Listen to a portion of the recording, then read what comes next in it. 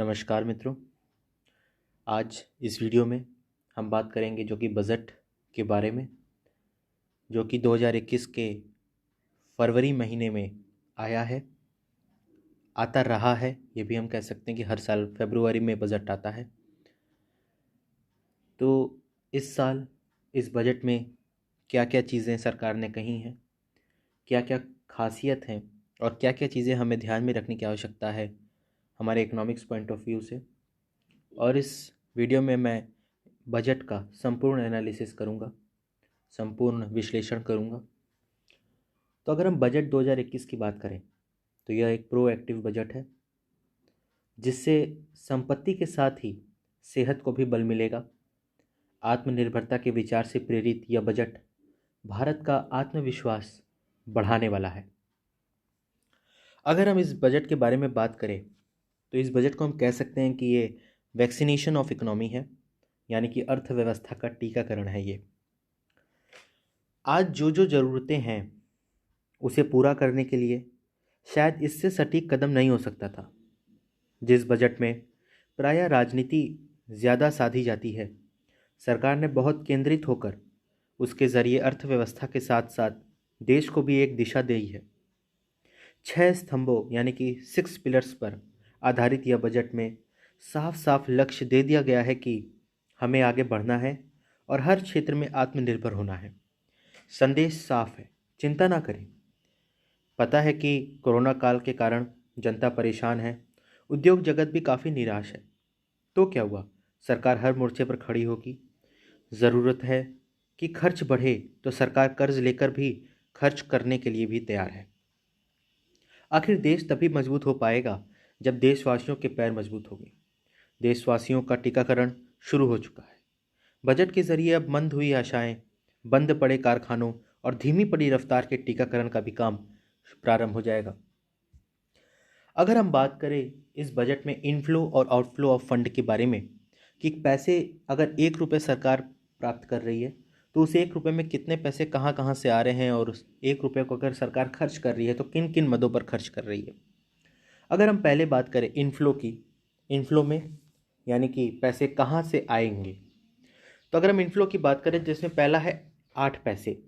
8 पैसे सरकार को मिलेंगे सेंट्रल एक्साइज ड्यूटी से, 14 पैसे सरकार को मिलेंगे इनकम टैक्स से, 13 पैसे कॉरपोरेट टैक्स से, 15 पैसे प्रोडक्शन एंड सर्विस टैक्स से, 5 पैसे नॉन डेप्ट कैपिटल रिसिप्ट से, 6 पैसे नॉन टैक्स रेवेन्यू से और 3 पैसे कस्टम्स और 36 पैसे लोन्स एंड एडवांसेस से गवर्नमेंट को मिलेंगे। इस प्रकार से अगर आप इसका समअप करें तो 100 पैसे आएगा, जिसको हम कह सकते हैं कि 1 रुपी सरकार को उसका पोर्शन ऑफ प्रोक्योरमेंट किस प्रकार से होगा, इसके बारे में यहाँ पे ये बात कही गई है। अब चूँकि कई कई जगह से इनफ्लो हो रहा है, कई कई जगह से कई कई प्रकार से अगर सरकार पैसे ले रही है तो कई कई प्रकार पे वो खर्च भी करेगी, यानी कि आउटफ्लो भी करेगी। तो अभी तक हमने देखा कि 1 रुपये में गवर्नमेंट इस साल कहाँ कहाँ से पैसे ला रही है। हर साल ये डेटा बदलता रहता है। इस साल का 2021 का यही डेटा है। अब हम बात करते हैं कि अगर 1 रुपये सरकार खर्च करेगी तो वो कहाँ कहाँ पे खर्च करेगी। सबसे पहले आता है 9 पैसे, जिसको government central spouse state schemes पे खर्च करेगी।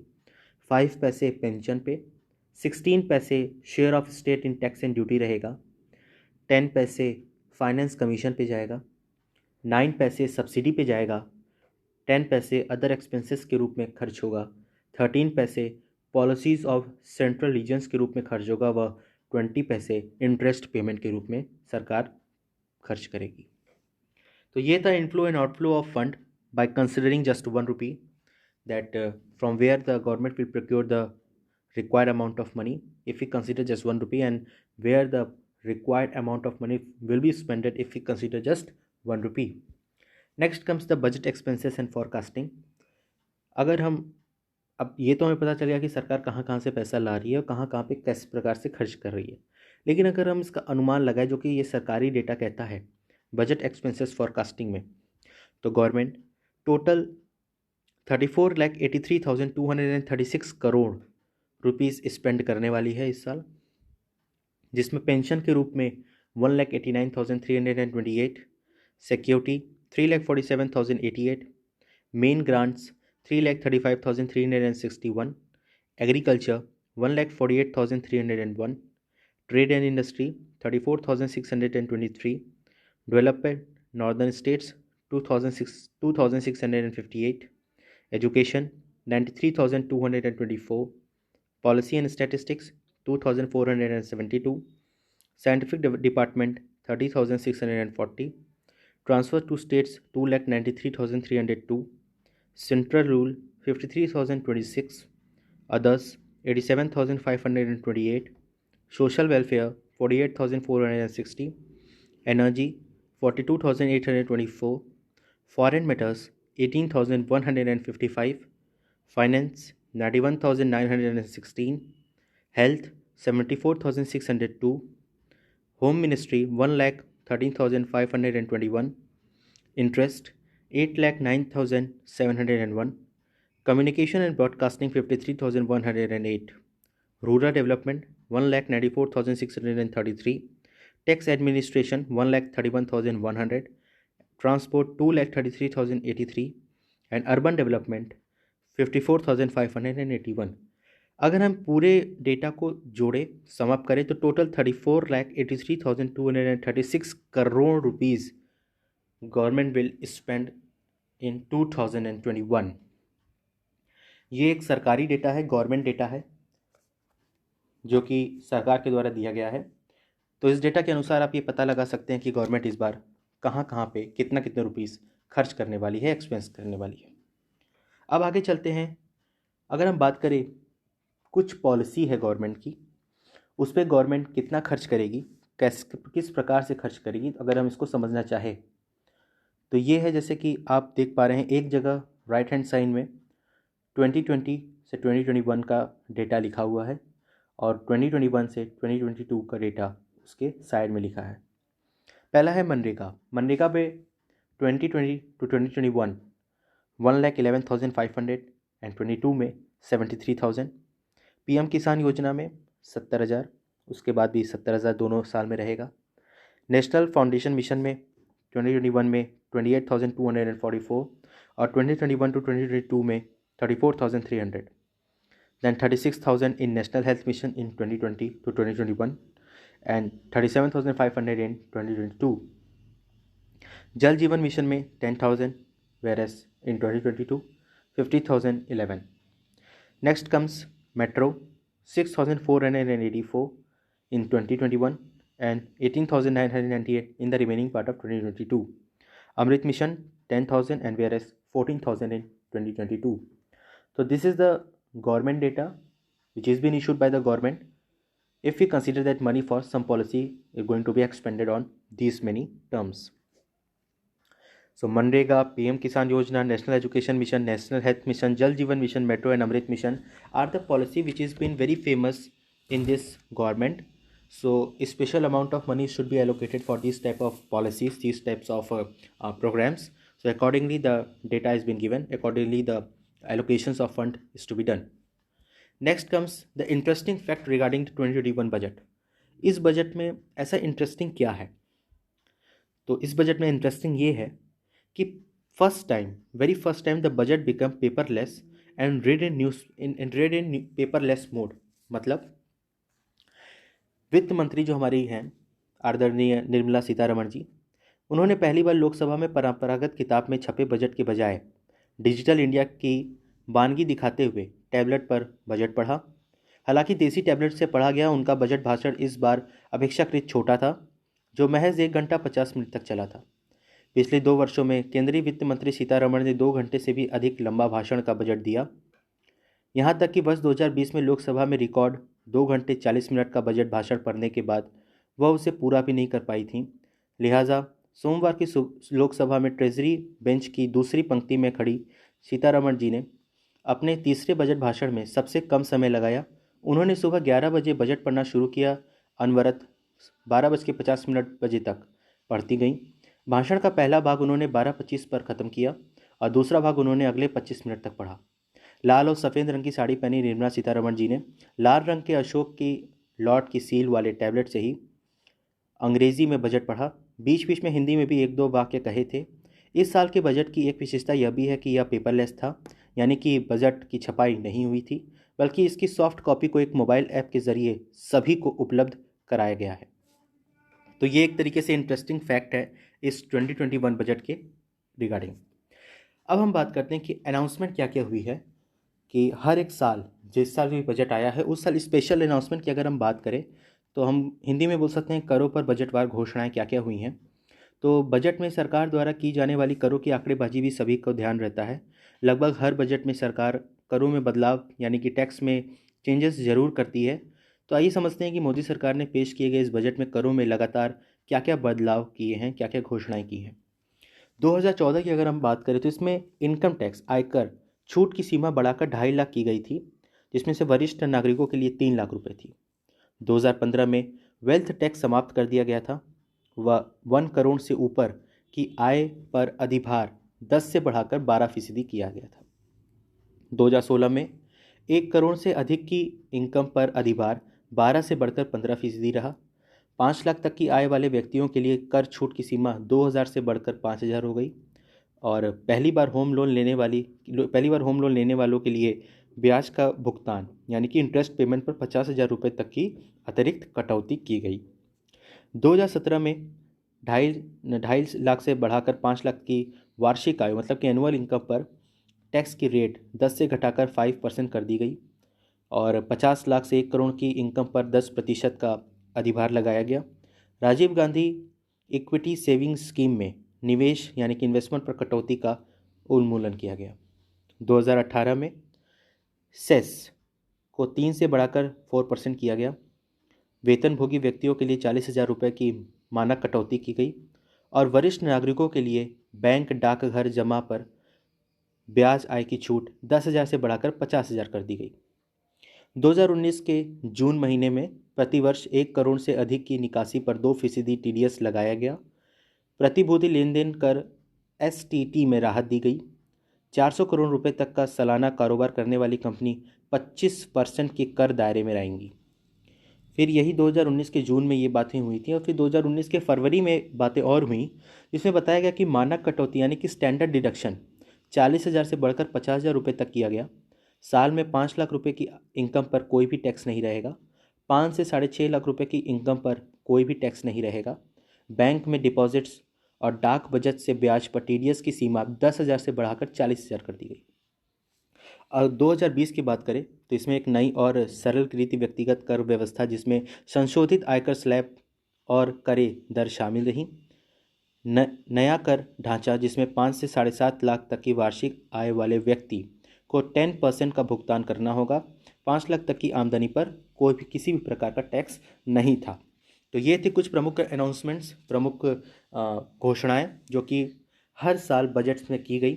तो इसे भी हमें समझना जरूरी था क्योंकि इतिहास से ही हम आगे सीखते हैं, आगे बढ़ते हैं।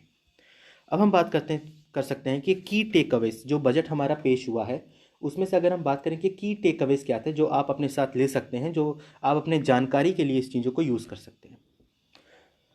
तो union budget 2021 actually got went well, that's why stock market also gone up which is positively taken by the people, जो कि बहुत ही पॉजिटिवली पीपल के द्वारा लिया गया।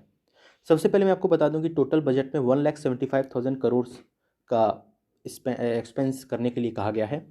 तो अब हम बात करते हैं कि की टेक अवेज क्या है। बेस्ट न्यूज़ ये है कि इसमें किसी भी प्रकार की नो राइज इन टैक्सेस।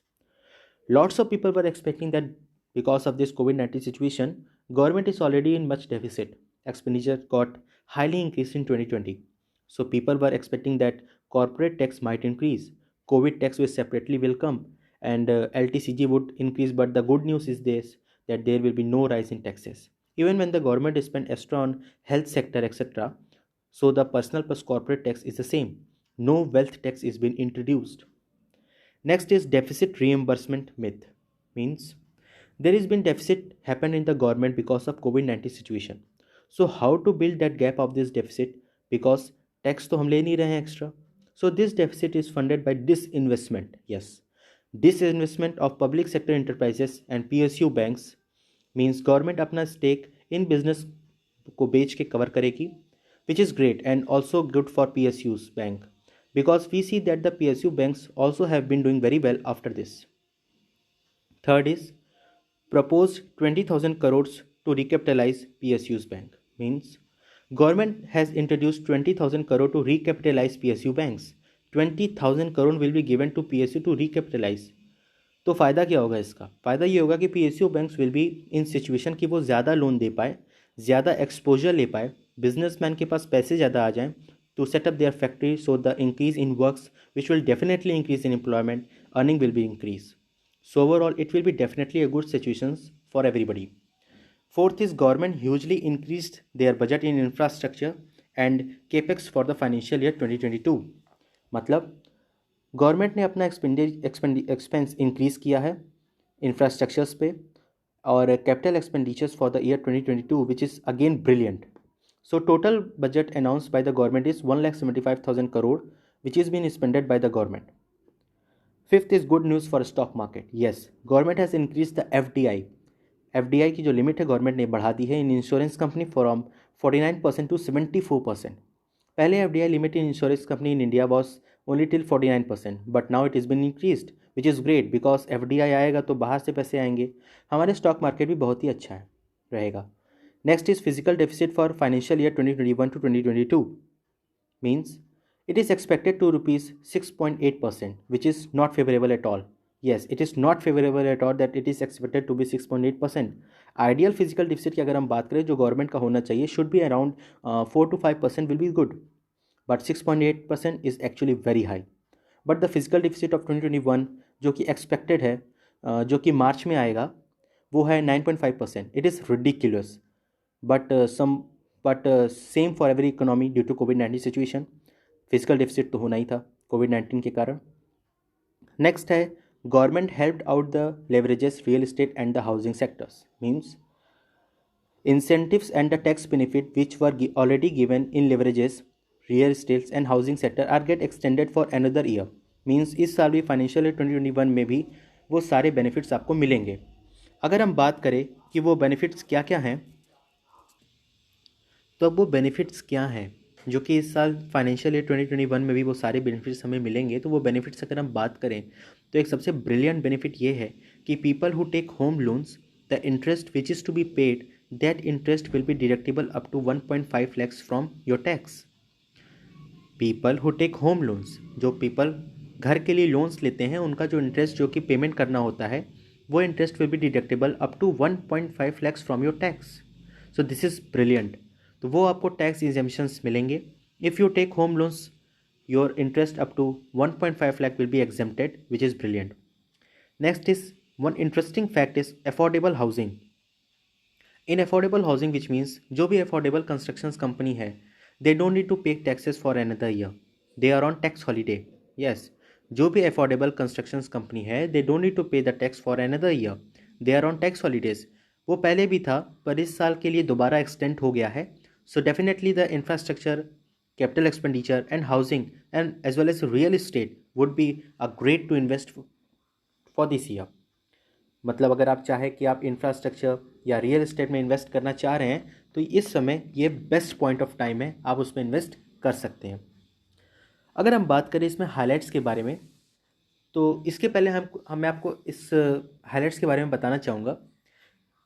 अगर कंक्लूजन्स के बारे में हम निकाले अभी तक जितना हमने देखा उसका अगर कंक्लूजन निकाले तो इसमें 6 पॉइंट्स आ जाते हैं. पहला है for me the budget was cool. Right, for me the budget was cool. Main fear was that government expenses were more due to COVID-19 situation. Government ने इस साल COVID-19 की वजह से काफ़ी एक्सपेंसेस कर दिए. So people would be expecting that tax would heavily increase but not increase at. So whatsoever is to be done to manage the cost, but the plus point is that tax has been not increased. No reduction in GST, it's same, and fair in increase in taxes, and markets have reacted very well. Now comes the highlights. What are the major highlights which is taken to be in consideration? First is 137% hike in health allocation and highest yet. Means it is very highest from till now. It is very highest that 137% hike in health allocation has been done. Under this, the focus on PPP model in health sector, that is what government is aiming for.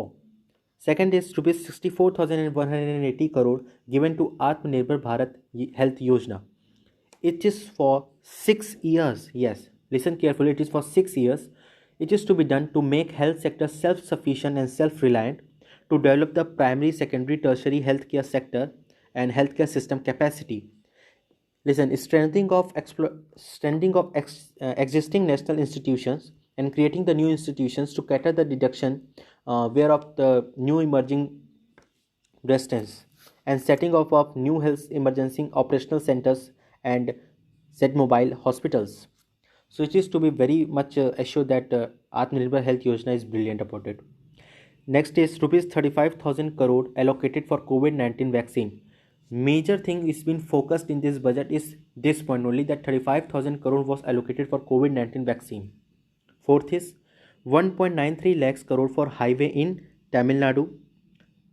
In Tamil Nadu, the major allocation of fund is 1.3 lakh crore. In West Bengal, 675 kilometer highway will be made at the cost of 25,000 crore, which is 25k crores. In Kerala, 65,000 crore, and in Assam, 34,000 crore.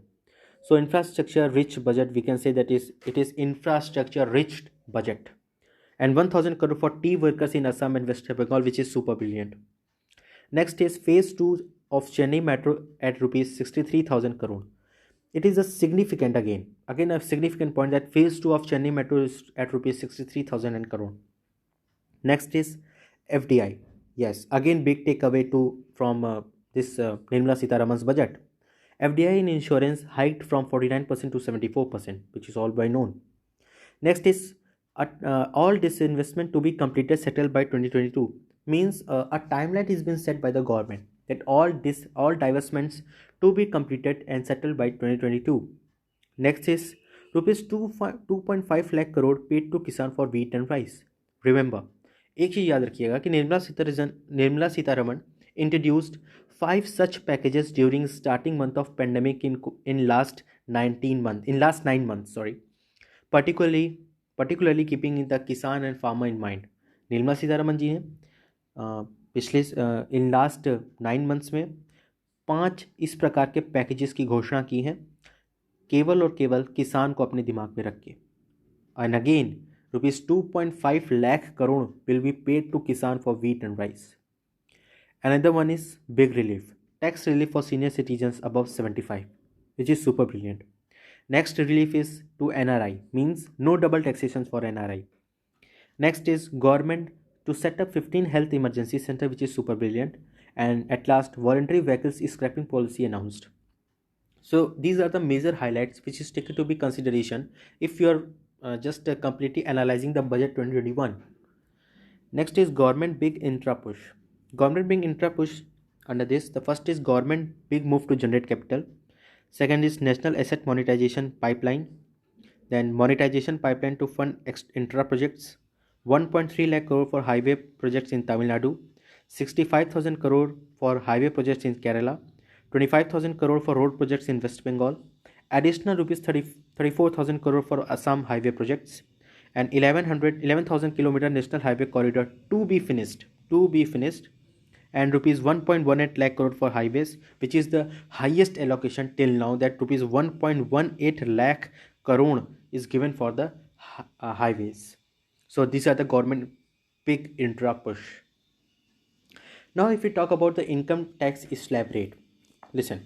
For financial year 2020 to 2021, the slab rate is exactly same for the financial year 2021 to 2022. Means we will be having the two options. The first is for individuals and HUF, and second one option is for individual HUF is been stated in front of you. First option is up to 2,50,000, the tax will be nil. From 2,50,000 1 rupees to 5 lakh is 5%. From 5 lakh 1 rupees to 10 lakh is 20%, and 10 lakh 1 rupees and above is 30%. It is the first option. Means rebate वही है under section 87A. rebate are the same on taxable income up to rupees 5 lakh. The amount of tax which is to be paid is 12,500. Second option is for individual and HUF is up to 2,50,000 it is nil. Then 2,50,000 rupees 1 to 5 lakh is 5%. After that, from 7 lakh to 7,50,000 is 10%. Then to 10 lakh is rupees 15%, and from 10 lakh to 1 lakh, from 12 lakh 50,000 is rupees 20%, and 12 lakh 50,000 to rupees 15 lakh is 25%, and 15 lakh if you are moving above to 15 lakh, it is for 30%. So government is saying people like this option. People mostly like the option number second. Yes. So we will continue this option only, that second option will be the best for the government, and it is suitable for everybody, that people are giving feedback the second option is will be very much good. Next comes the with effect from financial year 2021 to 2022. The first is, if you are, listen, if you are senior citizen and you are above 75 years, and if your only income is pension and interest, then you don't need to file IT return, which is super brilliant. Next is now in ITR. Firstly, in ITR, pre-filing return, capital gain, dividend income, interest from bank, post and officers, ये पहले होता क्या था कि ये autofill हो जाता था, पहले ऑटोफिल नहीं होता था, ये भी अब ऑटोफिल होगा। इस बार ये चीज़ें भी ऑटोफिल आएंगी।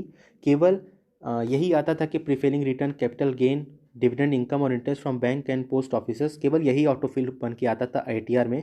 लेकिन अब TDS का डेटा और सैलरी डिटेल भी ऑटोफिल आने वाली हैं। By which there will be very easy to fill ITR and tax evasion will stop as it will be pre-filled। अगर ये पहले से भी प्री-फिल्ड रहेगा तो इसमें ITR भरने में आपको बहुत आसानी रहेगी।